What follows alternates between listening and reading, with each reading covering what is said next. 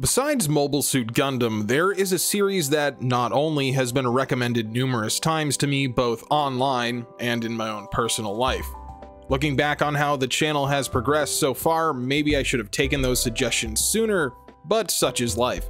Space Runaway Ideon was produced in 1980 by Sunrise, directed by Yoshiyuki Tomino, fresh off his run of the original Mobile Suit Gundam. Unlike Gundam, which was Tomino's foray into the newly emerging real robot subset of mecha fiction, Ideon is a true super robot show, and I believe this marks the first foray into super robot territory for this YouTube channel. While Ideon is by no means the first super robot show, that honor usually goes to a combination of Tetsujin 28 and Mazinger Z, it is nevertheless incredibly influential. For this video, I watched the original anime that ran from May 1980 to January 1981. And yes, in the future, I would absolutely be interested in taking a look at the movies that this series spawned. I am aware that there are changes between the movie versions and TV versions of the Ideon story, but in this video, I'm only going to be talking about the anime version. In the future, when I feel like doing some more Ideon, we'll do a special video where we check out Be Invoked and A Contact. Luckily, we now live in current year, and Ideon has been pretty easily available to watch for a bit. Although it's no longer streaming on HIDIVE, if you want to check it out as of 2019, a Blu-ray set has been released. Which is nice because before that, you would have to hunt down a DVD box set that could run you up to $1,000 due to the very limited print runs. And in my opinion, if you have any interest in the mecha genre at all, you really should give Ideon a watch. I'm not even a huge fan of super robot stuff. My knowledge in that subgenre is still pretty lacking, but even I thought that this was an amazing show and a great time. Well, I mean, it was also really depressing, but you know what I mean. The series follows a cast of at-odds characters as they travel across the universe in an excavated alien ship, all the while being chased by a powerful alien enemy while trying to unravel the mystery of a great galactic power. As for my personal experience with Ideon, well, I was almost 100% unfamiliar with the series aside from seeing some memes about how Ideon looks like a GM from Gundam. Along with being told the series is pretty dark and existential by friends, and knowing that it's very well regarded by a great many people. That's right, it's another retcon video where I go into a series everyone has seen with absolutely no clue what to expect, and yet here you are. Anyway, let's get ready to power up that gauge and dock together because this is Space Runaway Ideon.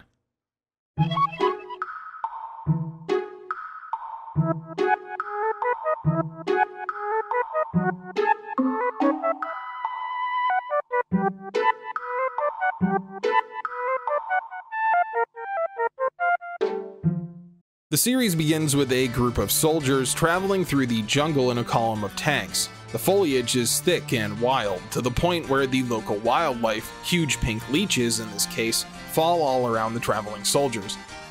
Planet Solo is a frontier world, and soon a ship full of newly arriving colonists draws near.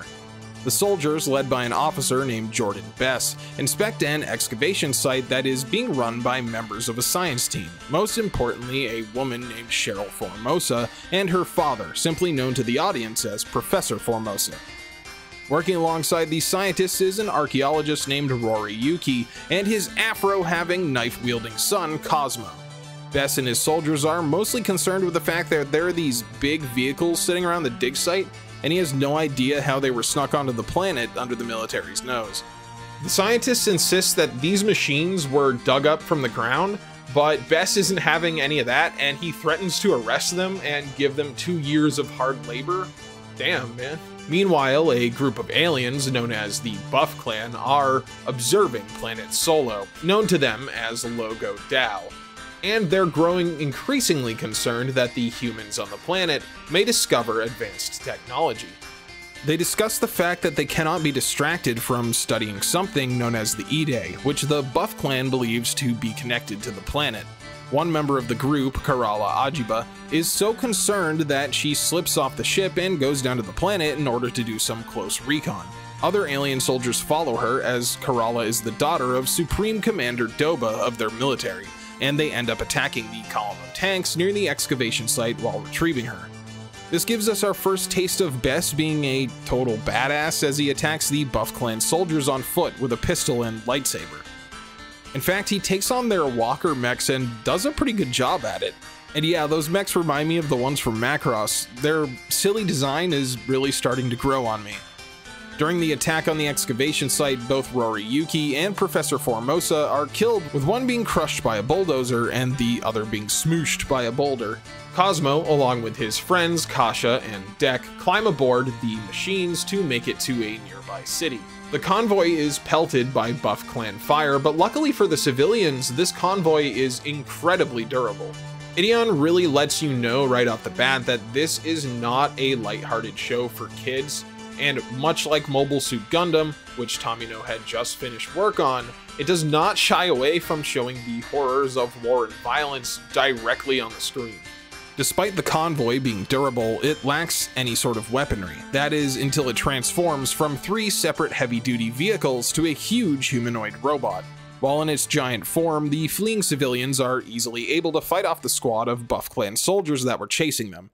However, now they're stuck in the form of this huge robot, and the Ideon is really quite large. In fact, it towers over the surrounding forest, and Dek almost takes a fall right out of its head. That's another thing that Ideon does that I find quite enjoyable. Unlike the mecha in a series like Gundam, where they are by and large operated by a single pilot, certain specialty suits aside, the Ideon is crewed by a bunch of people. The internal structure of the mech is expansive and requires an elevator-like lift to navigate.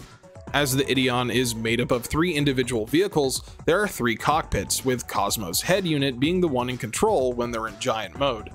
But besides the pilots of the respective vehicles, the Ideon is also staffed by multiple crew members that take care of its weapons and maintenance. More than one time in the series, we see faceless crew members inside the Ideon resupplying or doing work. And while in battle it's mostly just the pilots we get to see do anything, it is pretty cool to see how much work went into making the Ideon seem like something that could actually exist logistically. Bes is running around the jungle in the aftermath of the Buff Clan attack when he runs into Kerala.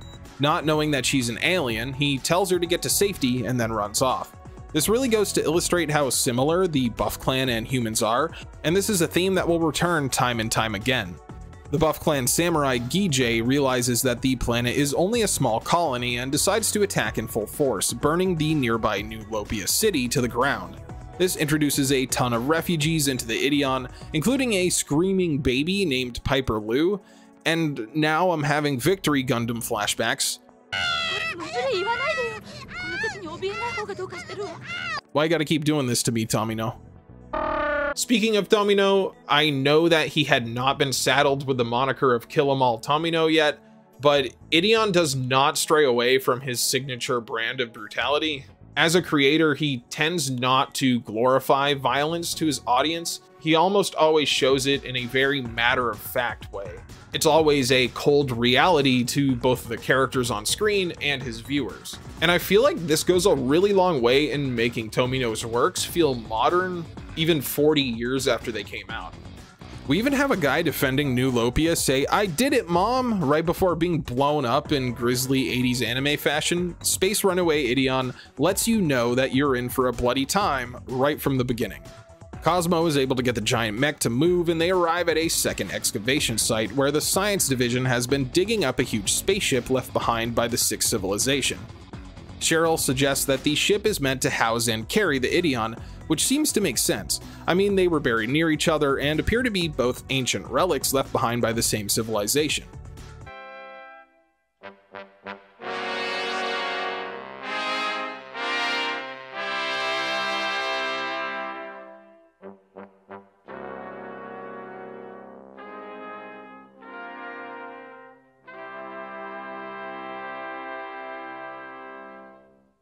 Kerala sneaks aboard the buried ship with her companion Mayaya, and they're both detained by Bes. Buff Clan soldiers attack the ship in an attempt to rescue the missing alien woman, but after a short fight, they retreat due to being scared of the ship's strange technology. The leader of these Buff Clan soldiers, a samurai named Gijay Zaral, reports back to his superiors over the failure to retrieve Kerala. Much like Macross, Ideon gives us a lot of time with the antagonists, so we get to know Gijay and his comrades incredibly well. Another samurai named Damido is constantly at odds with Gijay, as we see he prefers more aggressive tactics in battle. These two report directly to a samurai named Sir Abadede, who tells Gijay to focus his efforts on rescuing Kerala. The Buff Clan are more human than the humans of Planet Solo would like to believe, and it's pretty easy to figure out how their military structure and hierarchy works just from observing a couple of scenes with them. Back with the humans, we get our first taste of the power of Ideon, and by extension, the power of the Ide. There is a gauge on both the Solo ship and the Ideon itself that correspond to their shared power source, the mysterious Ide.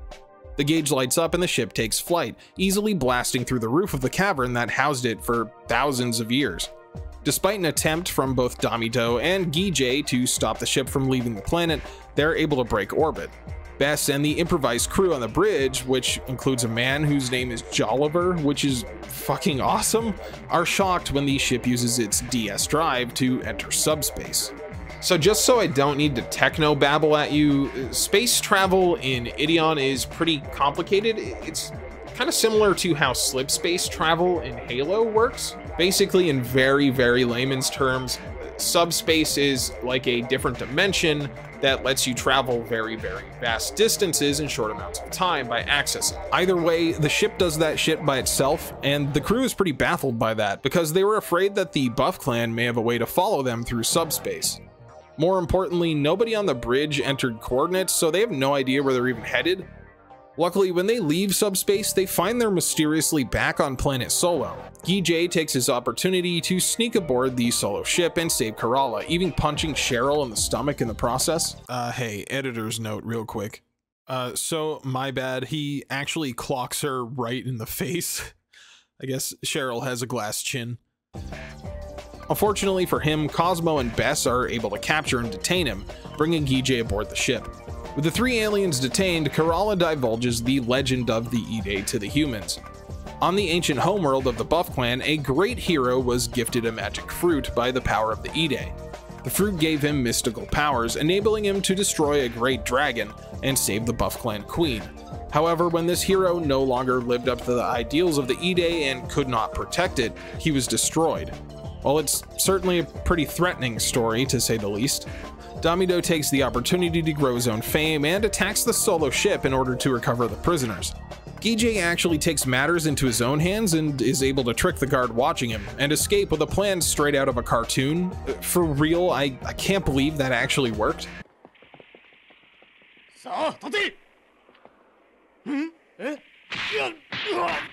It's during this fight that Kasha starts to display her lust for battle. Yeah, that's sort of a weird trait for a younger female character. She's out for Buff Clan blood.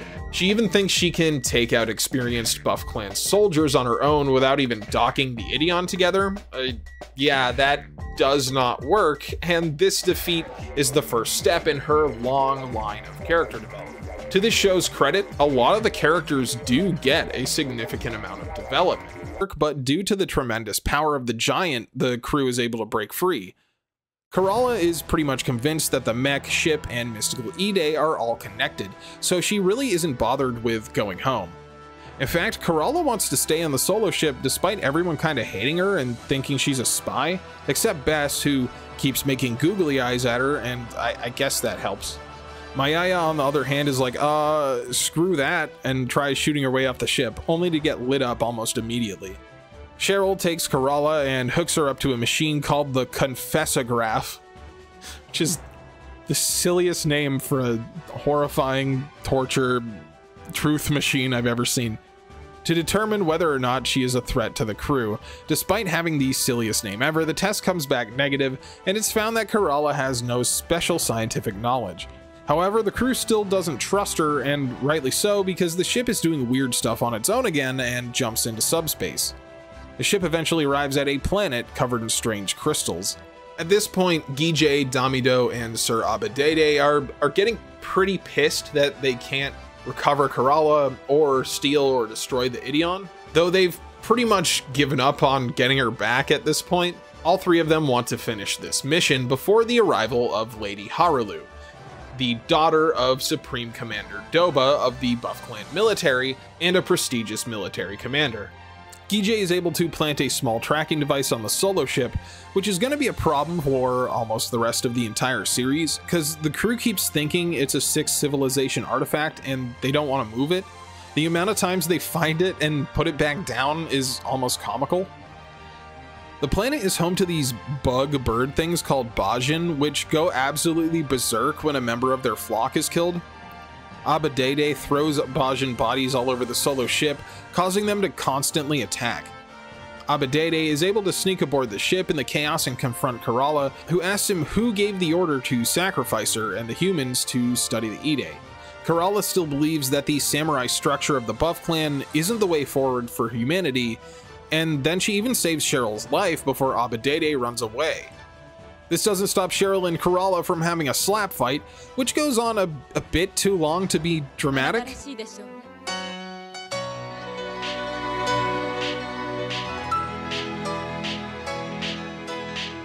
It's moments like this that make me continue to love old anime.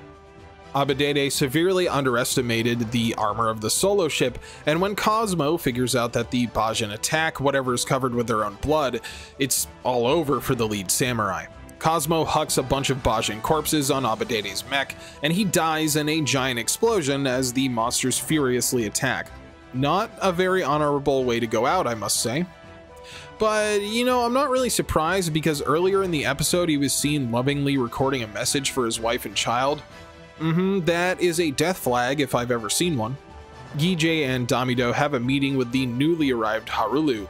She's a strict taskmaster and decides to send Gijay back to Planet Solo to study the Ide in more detail. On the Solo ship, Kerala further cements the connection between the Ide and Buff Clan, as there is a giant crater on their homeworld that can be traced back to Planet Solo. So of course they're supremely interested in the planet, believing it to hold the legendary power of the Ide. Kerala also tells them that at the end of the Buff Clan's legend, the hero was unable to protect Ide and everything was burned away until only darkness remained.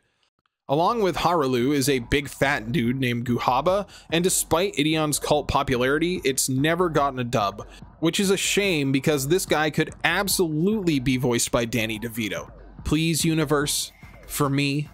Let's talk about... I ain't talking about nothing. When Harulu finally arrives at the front, she's pretty damn disappointed with the performance of her subordinates. She sends Gijay back to Planet Solo to research more about the Ide, keeping Damido by her side on her pursuit force. Now, much like every episode of the show, the Buff Clan launches an attack on the Solo ship, but this time they display the power of a brand new heavy mech, the Zig Mac.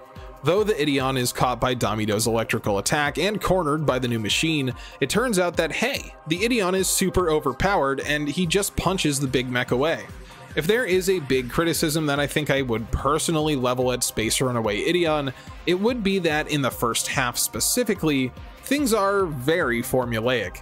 Much like Ideon's predecessor, Mobile Suit Gundam, a battle between the two factions is almost guaranteed with every episode. That formula eventually subsides in the latter half of the show's runtime, but I think I could see how some people might drop this show by episode 10, just thinking it is a run-of-the-mill mecha show from the 80s. Partly this is probably due just to the time frame in which Ideon released. I mean, I'm sure it would be really hard to pitch a mech show that doesn't introduce new designs and have a bunch of action every single week. Especially back in the early 80s where you could throw a rock and hit a mecha anime. However, even if you want to level the mecha formula at Ideon as a criticism, it really does go out of its way to do something different near constantly. For every battle between the two factions in the Void of Space is one that takes place on a planet full of murderous bug birds, or a battle while both sides are dropping in and out of subspace, or even a battle in an asteroid belt full of sentient mineral deposits that crush people to death. The point is, Space Runaway Ideon never feels uninspired. I was very impressed with the display of creativity from episode to episode, and even when the story requires a more vanilla engagement, they do a lot with the set dressing. For instance, when Ideon first fights Damido and Guhaba, they do battle on a planet full of strange ruins and caves. You can tell these are not natural structures, and they haven't been inhabited for a long time. We never learn anything about this culture, and no one questions how they died out. The universe in Space Runaway Ideon is vast, old, and a mysterious place, and the attention to detail is laser focused. The crew of the Solo ship are still really suspicious of Kerala, and they think that she could be a spy. But who they should be suspicious of is a weird dude named Sanba. One, because he snuck on board the ship and is a saboteur from the Buff Clan trying to sow discontent. And two, his hat has an S on it, and as we all know, S is for sus. Kerala tells Bess that she wants to go and speak to her sister Harulu in an attempt to get her to see reason. Of course, Cosmo and some of the others think that she just wants to take this opportunity to flee. Cosmo even goes so far as to get into a fist fight with Bess over it in the elevator, but it's like the most polite fist fight I've ever seen. When the door opens, they just stop and go back to their business. No Zeta Gundam face kicks aboard the Solo ship. We aren't barbarians. Bess ends up taking Kerala to talk with Harulu, but it doesn't work out as the two hoped. Harulu refuses to listen to anything that Kerala says and ends up ripping her shirt open and ordering her soldiers to laugh at her. This moment is where Kerala knows that she just can't go back to the Buff Clan. For better or for worse, her fate is now tied to the Solo ship. When this happens, Bess gets super pissed off and attacks Harulu's soldiers by himself.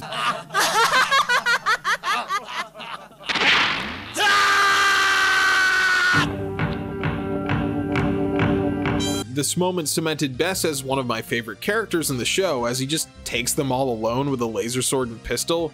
He actually does really well too, ending up in a duel with Danny de Guhaba.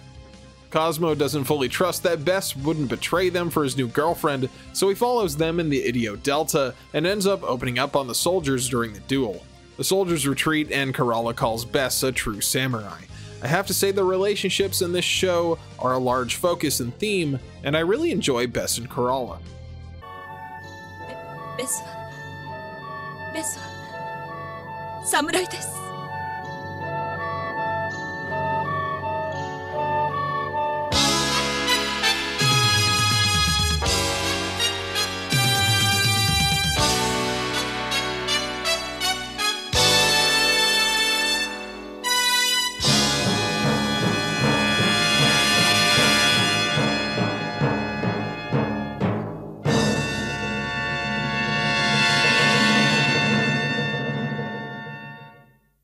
While Bess is head over heels for Kerala and no longer sees her as an alien or an other, the rest of the crew is not so quick to trust. While the crew discuss the situation, we see a supporting character named Lotta nearby, ominously pulling weeds. Her planning turns into outright assassination in no time flat as she tries to kill Kerala on the bridge in front of everyone.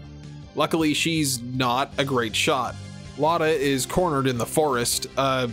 Yeah, I forgot to mention the Solo ship has a forest on it. It's a big ship. She tries to kill Kerala again, but is not a good shot. Kerala even criticizes her aim. Lotta breaks down, and we can see the effect that the series events are starting to have on all of the civilians. Much like Macross, Space Runaway Ideon features the main ship of the show carting around a full contingent of civilians. It's a significantly smaller number in Ideon. There's only about 300 people aboard the Solo ship compared to like the tens of thousands aboard the Macross. That being said, the Ideon doesn't really show these background characters very much, but they do play into the plot later on.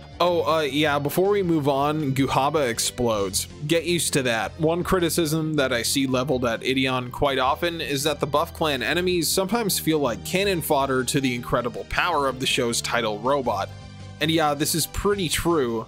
If a new Buff Clan guy shows up as an underling of Harulu, it's pretty much guaranteed that they'll get whacked after a few episodes. The Ideon is attacked by a heavy mecha specialist named Doku, and before his attack is fought off, he totally psychologically scars Cosmo by latching onto the Ideo Delta and trying to cook it to death with a heat ray. Yeah, this scene is really well done and honestly pretty stressful to watch.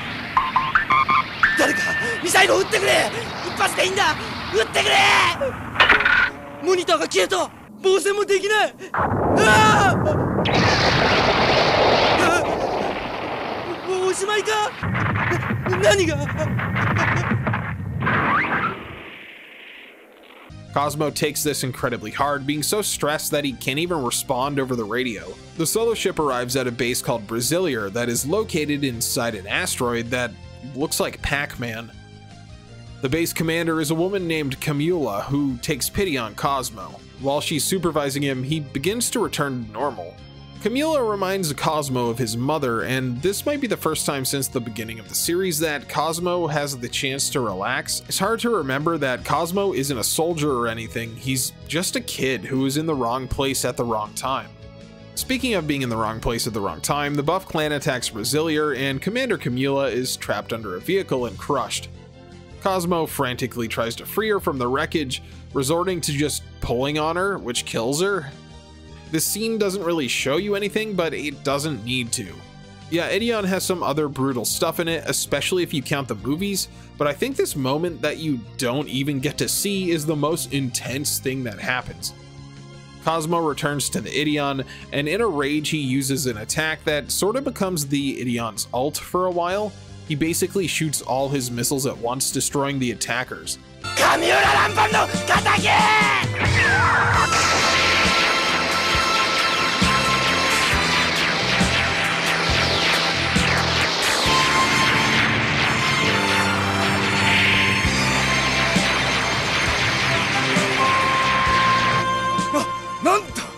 Then the Ideon, responding to Cosmo's rage and sadness, roars into the depths of space.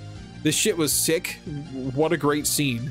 The Ideon roaring is such a haunting and weird moment, and it might be the first time that you think something about Clifford the Big Red Mech might be a little off.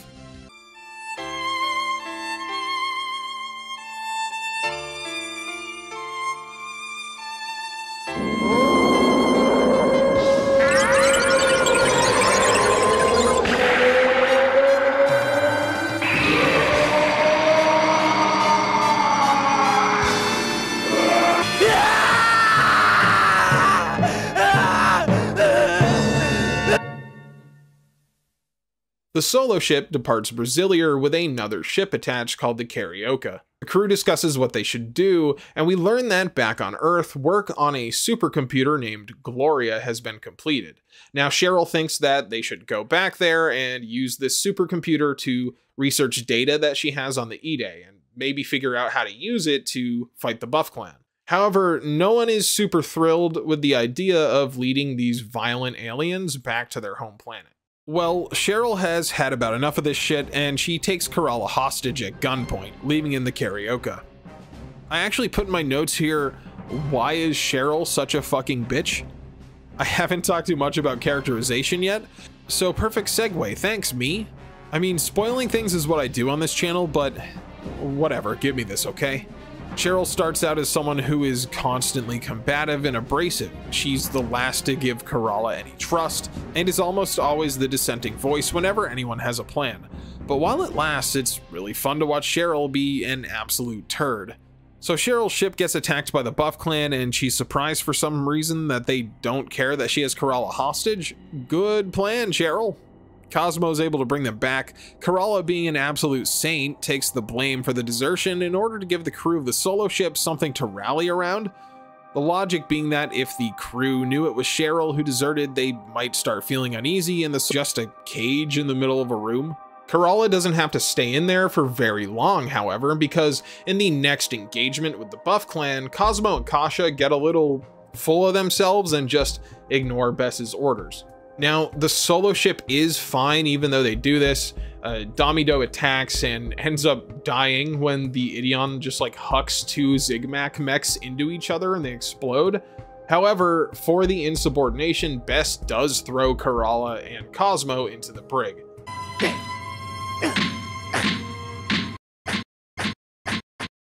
The Ideon responds most positively when being piloted by Cosmo and Kasha, so they don't stay locked up for long as they have a battle on a planet full of big monkeys.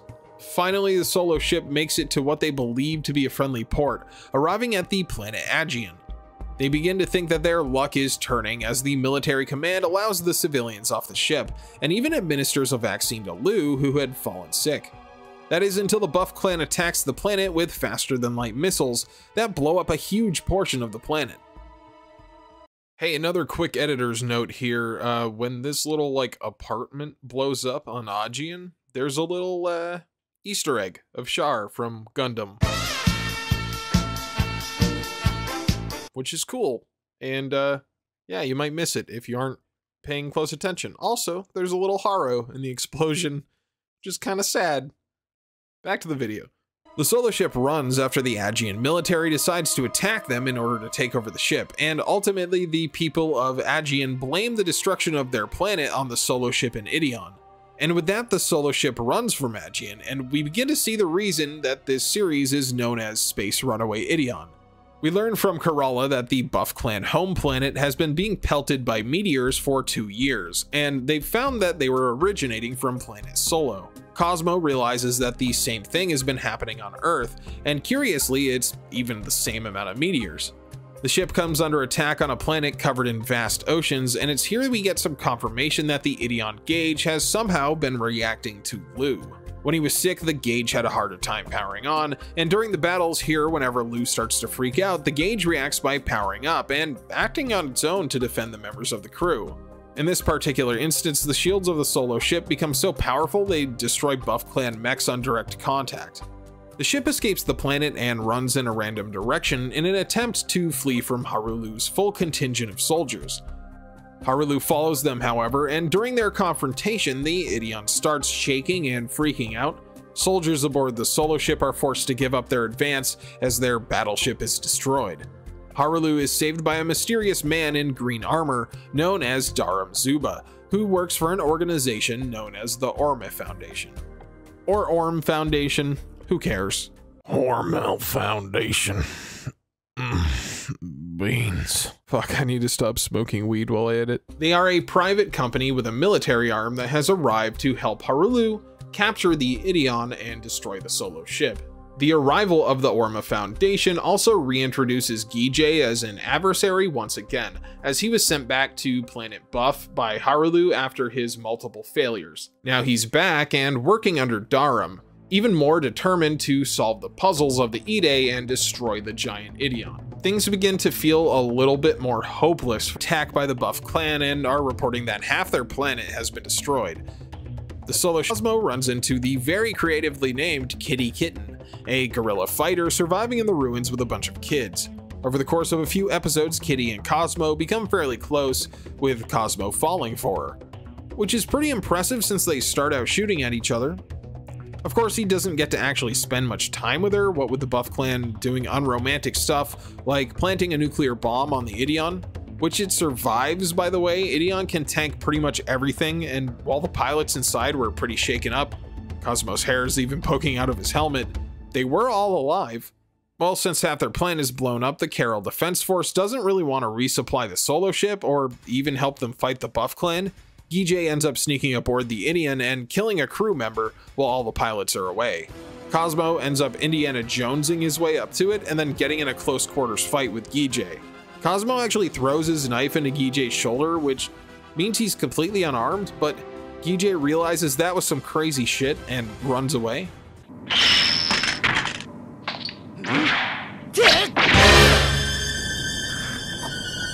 Ow! Shit! Did you just throw your knife at me? What? If you know you're unarmed now, I could just stab you. What do you mean I'm unarmed? I still got my teeth, haven't I? The remaining Kerala Defense Forces and Solo ship attack the Buff Clan in a incredibly destructive battle. Cosmo is wounded and taken to the medbay immediately. Meanwhile, Kitty is escorting refugees on the planet to a shelter when she comes across Dharam and his escape pod. He shoots her, and we get possibly one of the most depressing and haunting songs in the whole show, in a moment that I think will stick with anyone who takes the time to watch the full series. Cosmo gets a blood transfusion from the only other match on the ship, Kerala, and as the narrator lets us know, this is a big deal because of the two peoples mixing.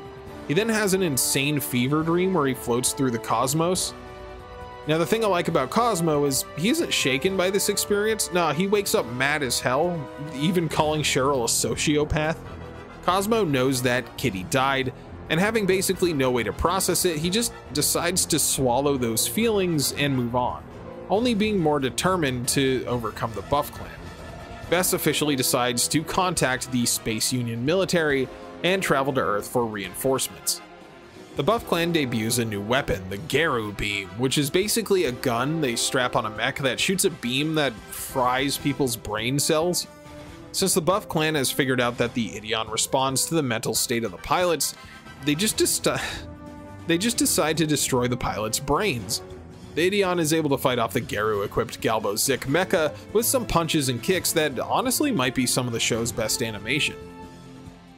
Bess says screw it and uses the ship's DS drive to jump directly to Earth, with Darum firing a ton of biosensors at them in an attempt to find their location. Arriving at Earth doesn't exactly go the way that the crew of the solo ship hoped, because the Earth Union military doesn't really roll out the red carpet for them. It would seem that Darum was able to follow them, and the Earth Union military tells them to turn their little butts around and go anywhere else. A sympathizer from the Earth's science department named Kolbach meets them and agrees to take Cheryl to the lunar base to use the Gloria supercomputer. Cheryl believes that using the computer to analyze the IDE's data will give them the answer that they've been looking for, and at the very least maybe they could figure out how to harness the power to fight the Buff Clan. With Cosmo covering them, Kolbach, Cheryl, and Jolliver sneak into the base and access the computer. While Kolbach is shot by a military officer, the other two successfully extract the data and find that the IDE truly is a form of infinite energy. During the battle, Guijay crash lands on the moon, but survives, and Darum, who's pissed that Guijay failed once again, decides to just leave him there to die. Back on board the solo ship, Cheryl explains that the IDE is actually a living entity with its own ego that is composed of hundreds of millions of consciousnesses. This makes me think of the Dwemer from Elder Scrolls and how they just disappeared, you know? Seems like the sixth civilization all combined into a big energy ball that has god powers. Jolliver goes into even more detail, saying that the IDE was awakened by a purely defensive instinct, which explains why it gets more powerful whenever Lou freaks the fuck out. The crew has a pretty dark moment here, wondering if they can even do anything to contain the IDE as they see a meteor head for the Earth. The Earth military also learns all this information as Gloria's computer terminal communicates directly with Earth. I mean, because of course it would.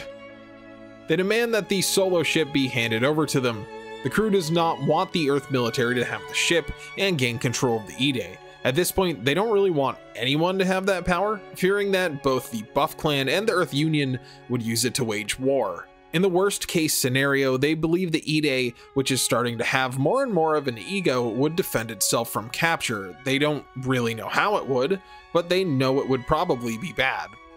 Darum makes one final desperate attack on the solo ship as well, knowing that if he doesn't succeed, the Orme Foundation will have to join forces with their adversary, the Buff Clan military's Commander Doba. Well, too bad for him, because this is where Ideon decides it's time for the main mech to become unbelievably overpowered. The solo ship crew discover a huge gun hidden in the depths of the ship, saying that they thought it was originally part of the engine. This thing has a few names, the Ideon gun, Wave gun, but no matter what you call it, it absolutely rocks. Using the Ideon as its power source, this gun unleashes a huge wave of destructive energy that, even when at a low power output, destroys Darum's ship and mech at the same time, though he lives. And this is only the start of how OP Ideon becomes, as the newly arrived Buff Clan commander Rukuku Kill is about to learn. Since the Ideon already has a gun, how about two giant fuck-off swords with the power to cut entire fleets in half? And all it took to summon these bad boys was, cooking a baby with a brain-melting laser? Fair enough, no pain, no gain. While this is happening, Guijay shows back up and saves Cheryl from getting squished, but then knocks her out. I guess he survived by hiding with the survivors from the lunar base attack. When she wakes up, she realizes Guijay has dragged her off somewhere, and he asks her to show him the power of the IDE. Through his battles with the giant, he has become almost obsessed with it, to the point where he's ready to cast off the title of samurai to learn more about it. Cheryl ends up hiding him in the depths of the Solo ship, which is a pretty good hiding place. I guess this is a pretty good time to mention that Guijay becomes pretty much my favorite character. Though he starts out as an antagonist that's incredibly ruthless in his pursuit of the Ideon, watching him cast aside the only way that he knows how to live in order to try and figure out the mysteries of this weird power is incredibly interesting to watch. He even gets his ultimate revenge on Darum, who challenges Cosmo to a duel without telling him that he's strapped with a nuclear bomb. Good thing Guijay comes in clutch with a badass sniper trick shot at the last second. With this, Guijay comes back to the Solo ship and they try to decide what to do with him. Luckily, Kasha doesn't get a vote because she tells him to go kill himself in Minecraft. Bess tries to talk to the Earth military one final time, but it doesn't work out, of course, because they just throw him in jail along with Cosmo. They even try to guilt trip him by having his parents come talk to them. Bess has made up his mind that the Earth Union can't have the Ideon at this point and lets his parents disown him until Kerala and Guijay break in and help them escape. At the end of this episode, the Ideon gauge powers up so much that I can't even really show it. In fact, I feel like it was going to give me a seizure and I didn't really want to look at it. Guijay helps the crew remove the tracking devices on the Solo ship, and they get a message from the Earth Union saying that the Solo ship is now considered part of the Earth military under Bess as its captain, and they all share a nice laugh over that. On board Rikuku Kill's ship, we get a small taste of Buff Clan politics as Kill makes fun of Darum's last message to Harulu. Yeah, it turns out the two were actually lovers, and when Harulu gets word of this, she literally has her servant assassinate Kill. She ain't playing around. It's okay though, cause Cosmo blows up their ship with the Ideon gun anyway, and all it cost was one of the co-pilots named Moira. I haven't really mentioned him at all because Moira is barely a character, but he spends all episode trying to have development, and for that offense, he dies. Sorry, buddy. The Solo ship crew is at a loss at what to do at this point, and discuss finding a remote planet to just live on alone. It's at this point that Bess passes out with a terrible fever and spends the next few episodes out of commission. At this point in Space Runaway Ideon, the Ideon itself really starts to take the reins when it comes to piloting. Pilots seem to have less and less agency, and the Ide becomes more and more in control, stopping at nothing to defend itself and becoming progressively more and more destructive every time. Guijay fills in as an Ideon pilot after Moira's death, and while the crew is not happy about it, Cosmo ends up leaving the decision to a coin flip. Luck is on Guijay's side, and I think this moment really illustrates how resigned Cosmo and the crew at large is to their fate at this point. No one really even fights Cosmo's decision to flip a coin. They've been feeling out of control of the Ide long enough that no one really feels like they even have a choice. The Ideon gauge becomes more and more unstable as the show goes on, with Kerala finally suggesting that the Ide has a full ego and may even be able to distinguish between good and evil. Bess has a crazy fever dream where he actually comes face to face with a representation of the Ide. He's told that the Ide is an accumulation of hundreds of millions of consciousnesses that exist to defend themselves, and something known as the Place of Ide. Now, what this place is and what it contains is never really explained, but to me, I just figure it's probably heaven. The Ide at this point is considered an omniscient being, an ancient god that is starting to awaken. The final episodes of Space Runaway Ideon kind of turn into a foreboding piece of cosmic horror. And while it's not as brazen as something like Event Horizon, Devilman, or even Berserk, it gets pretty dark. It definitely feels creepy and oppressive. Especially when the members of the crew become so hopeless and feel like such puppets to the will of the Ide that they just go crazy and jump off the ship into space. Now that is cosmic horror if I've ever seen it. We get a shot of the Solo ship at the end of the episode and realize that the meteors haven't been originating from planet Solo, as the Solo ship itself is seen to be the meteor's origin point. What a cool reveal. The Solo ship is tricked onto a planet called the Night Star, where the Buff Clan and Earth Union military have joined forces to fight the Ideon. They blow up the fucking moon with FTL missiles, determined to take out the entire planet to destroy the Solo ship. However, it just doesn't work as the Ide has become too powerful for that weak-ass shit. The barrier coming off the Solo ship is so bright that the Buff Clan think it's a faraway star at first.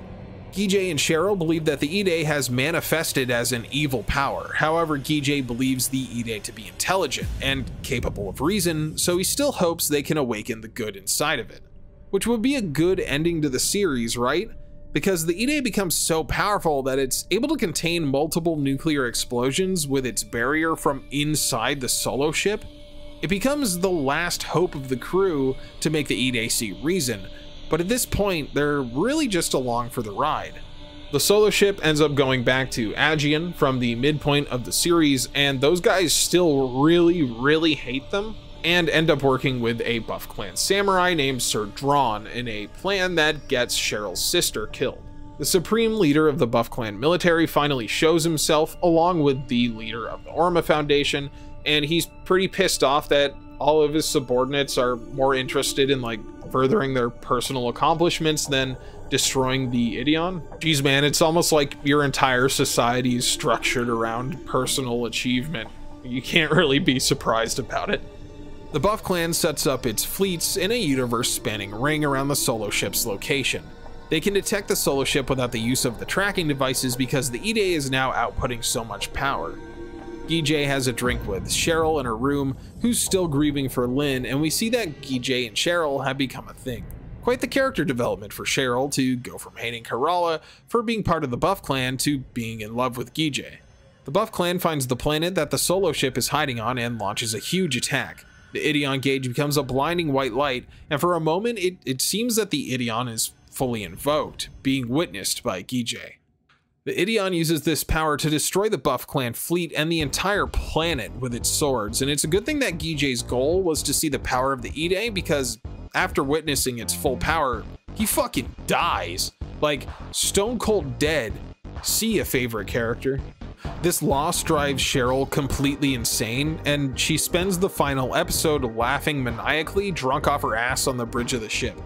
And while I said I hated Cheryl earlier, I'm gonna cut her a break here because she deserves it. I hope if I live to see the end of the world, I can do it while laughing my ass off wine drunk. Oh yeah, there's also been a bunch of foreshadowing that's showing Kerala might be pregnant. There's no hiding it now as she starts the first pangs of labor while making coffee. At this very moment, the Ideon gauge freaks out and lights up and blasts the Solo ship through space at ludicrous speed. Kerala and Jolliver are nabbed right off the bridge in a flash of light and transported right to the Buff Clan flagship.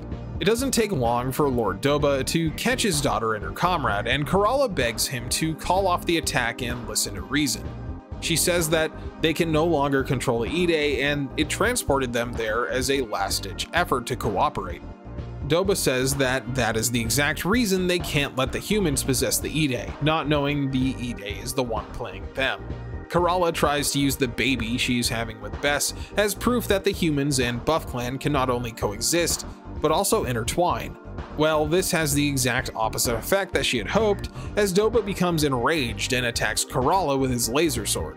The Solo ship appears at super speed and rams into the Buff Clan flagship. The Ideon launches and deals massive damage to the attacking alien ships. Kerala and Jolliver escape by stealing a shuttle, and in Mechatrope fashion, the Ideon almost grabs them before they're shot by a laser and explode right in front of Cosmo. Cosmo gets enraged, and the Ide projects his voice across space, saying that Kerala represented the ideals that would have suppressed the Ide's invocation. なぜだ! なぜ殺す! なぜ戦う! なぜそっとしておけないんだ! なぜカナラさんを殺した! カナラさんの理想主義がイデを抑える鍵だったかもしれないんだ! なんだこれは! Surprisingly, Cosmo spots a surviving Jolliver and Kerala floating through space. He saves them and brings them back aboard the Solo ship. Doba orders an all-out attack with the full power of his entire fleet, and at this moment, the Ide is fully invoked. The Ide had given humanity one last chance to cooperate by bringing Kerala and Doba together, but even with the evidence of Kerala and Bess's child, they failed. The baby inside Kerala is said to be the trigger for the Ide's invocation, and with its arrival, both humanity and the Buff Clan are wiped away. space settles into a sullen silence, with the massive conflict finally ending. In a final, actually hopeful shot, we see the image of Lou traveling through space in a new existence, and we can only hope that the crew of the Solo ship has found their place and peace in the universe, no longer being a space runaway. And that, everyone, was Space Runaway Ideon. Honestly, it's a show that's quite a ride, went places I didn't really expect, and depending upon how you look at it, has a pretty depressing ending. This is another time, much like with Macross, that I'm very fortunate to be able to go into Ideon with no prior knowledge of the story. It's totally blind. Personally, I found it really, really enjoyable, and if anyone was going to ask me what would be a good entry point to 80s mecha anime, I think Ideon would be like right at the top of my list. With pretty good animation, phenomenal music, and a story that would go on to influence a ton of classic anime works, Space Runaway Ideon would be a crime to miss. Thank you for taking the time to watch all of this. I really didn't expect this script to be 12 pages long, but here we are. Now that Space Runaway Ideon is done, we'll be moving on to another show that has been highly requested in January. Besides that, of course, we have more of the Gundam retrospective coming up this month, and you can look forward to a special Christmas episode as well. I truly hope you enjoyed your time today, and I will see you again very soon. You to trend downwards for production time? That would be great. My original goal for this video was to cap it at half an hour. As you can see, that didn't work. I'm doing that though. Believe in me, please, that I cannot ramble like I am now. Anyway, thank you so much to my channel members that have stuck around in the content droughts while I work on these videos. They take quite a long time, but I am getting better. Yeah, again, thank you so much. This one was really great to watch and make. Ideon, man, what a classic. So glad that so many people have really suggested I watch this one, even though I was uninitiated in Super Robot shows. This was what a great one to start with, really, even though like a lot of people probably say I should have started with like Mazinger or something, but hey, in the future we'll definitely be getting to that, and Giant Robo and Tetsujin and like everything. I'm just gonna watch every mech. I don't care. Anyway, 2023 is almost upon us, and with that is going to be a lot of new stuff. I feel like production is going to be upped in 2023. I'm really starting to get a lot of traction with these videos, which I wasn't suspecting, but that's cool. And then also, of course, if you want to check it out, I do have a gaming channel linked on the main channel down at the bottom. In 2023, I've been doing a lot of work this month to get stuff ready for that channel next year, and my main plan is to just have like an upload there every day, because I really used to enjoy Let's Plays, and I find them incredibly relaxing to record and just jabber whatever over gameplay. So if you are interested in me talking about anime and gaming and stuff kind of sort of close to a podcast with stuff like Titanfall and Super Mario in the background, check out that gaming channel, because that might be something you like. Not a lot of edited content over there, low production value. It is just something for me because I feel like doing it. So yep, that's there for you if you want it. Again, thank you so much for watching this video. I'm going to cut this end card off here because it's the longest one I've ever done. You guys are fucking awesome. You're all stars. And hey, I'll actually see you way sooner than normal.